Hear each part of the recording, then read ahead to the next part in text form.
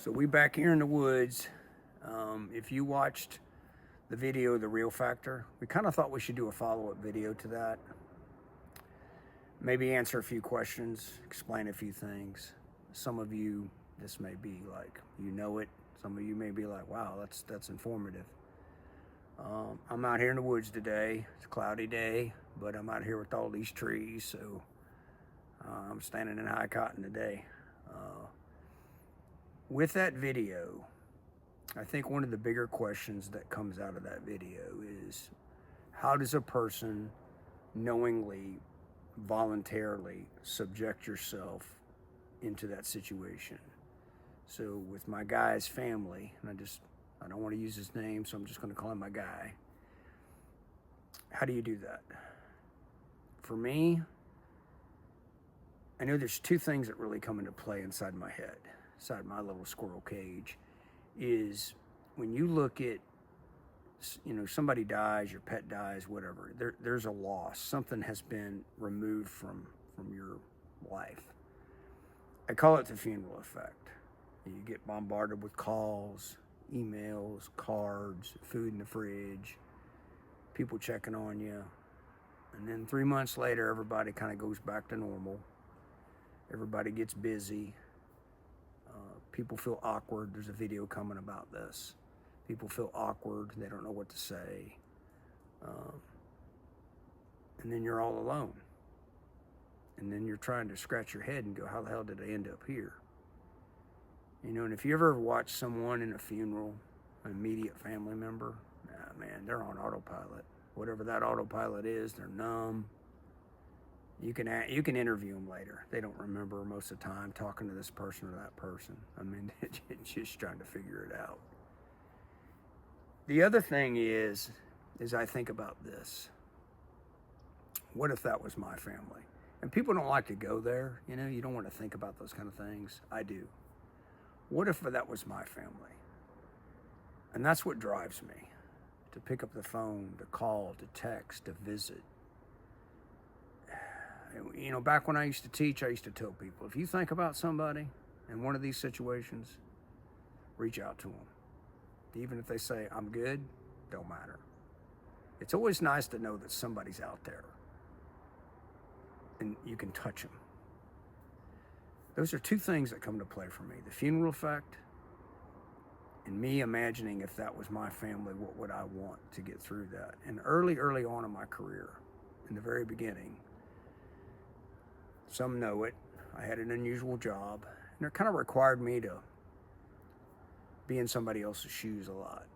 And that's kind of how I kind of figured out life for me, was I just have to imagine. I do it with the hogs.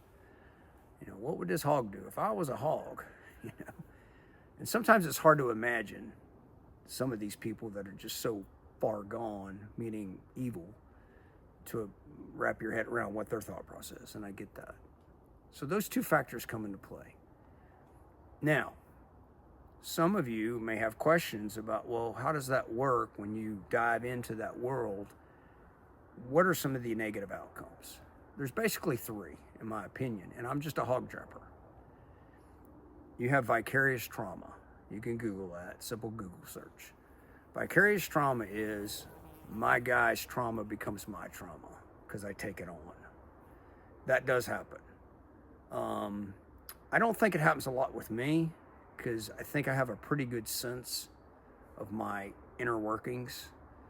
My wife bought it for me a year ago, a smart, I'm stupid watch. That's what I call it. And it tells me when I'm worn out and tired. Even though my brain is going, hey, Josie, push, because I've pushed for 56 years. But now I can look at that watch and go, wow, man, I didn't get enough sleep.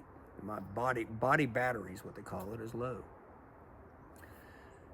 So when you start to feel that vicarious trauma coming upon you, then that's time to pull the pin and go, hey, you know what? I need to go home. I need my system, whatever your system is. And I remember one place I was at for almost 2 weeks. And that's what I said. I picked up the phone. I said, I need to go home. I need to get in the woods. That's simple. But it's hard, right? But if you can't take care of you, you can't take care of others. So vicarious trauma. The other one is you kind of dissociative state. Google that one, simple Google search. And I do see some people go into a dissociative state, not the extreme level of that. So what that means is basically you just kind of like tuning it all out and you just kind of checked out, but you're going through the motions. I've always said this about traumatized people.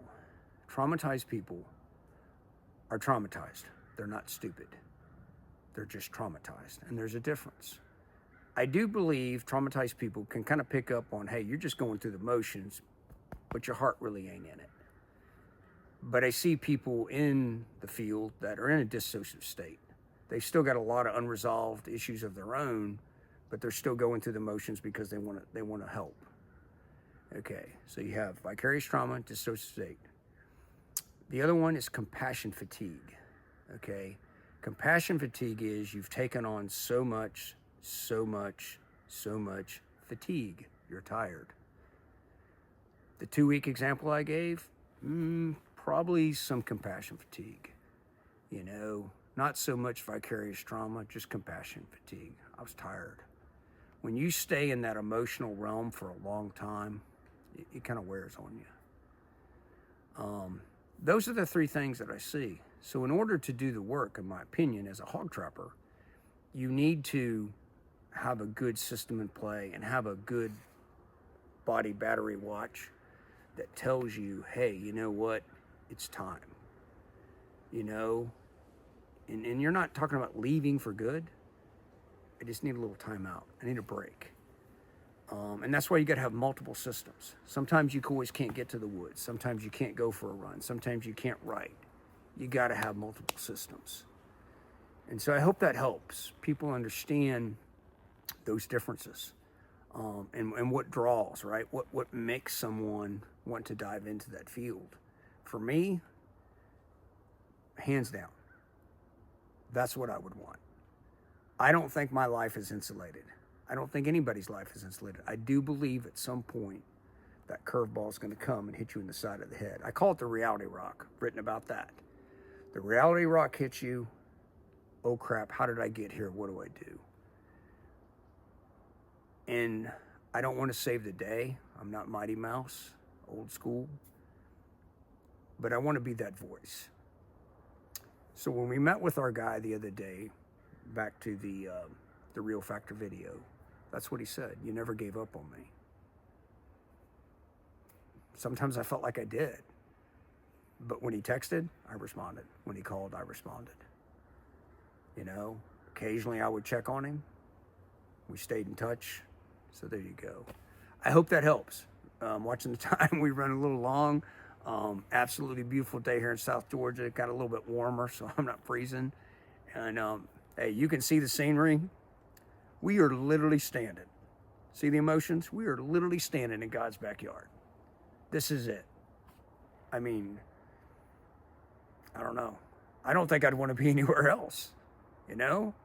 But anyway, I got to get back to work. I got to go to the other side of this property. It's about 250 acres. It's a small tract for us.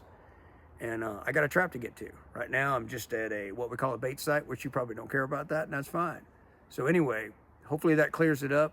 And give us feedback, folks. We appreciate it. Spread the love, not the hate. And please, if you think these videos help, share them. We ain't selling nothing. Y'all have a good day.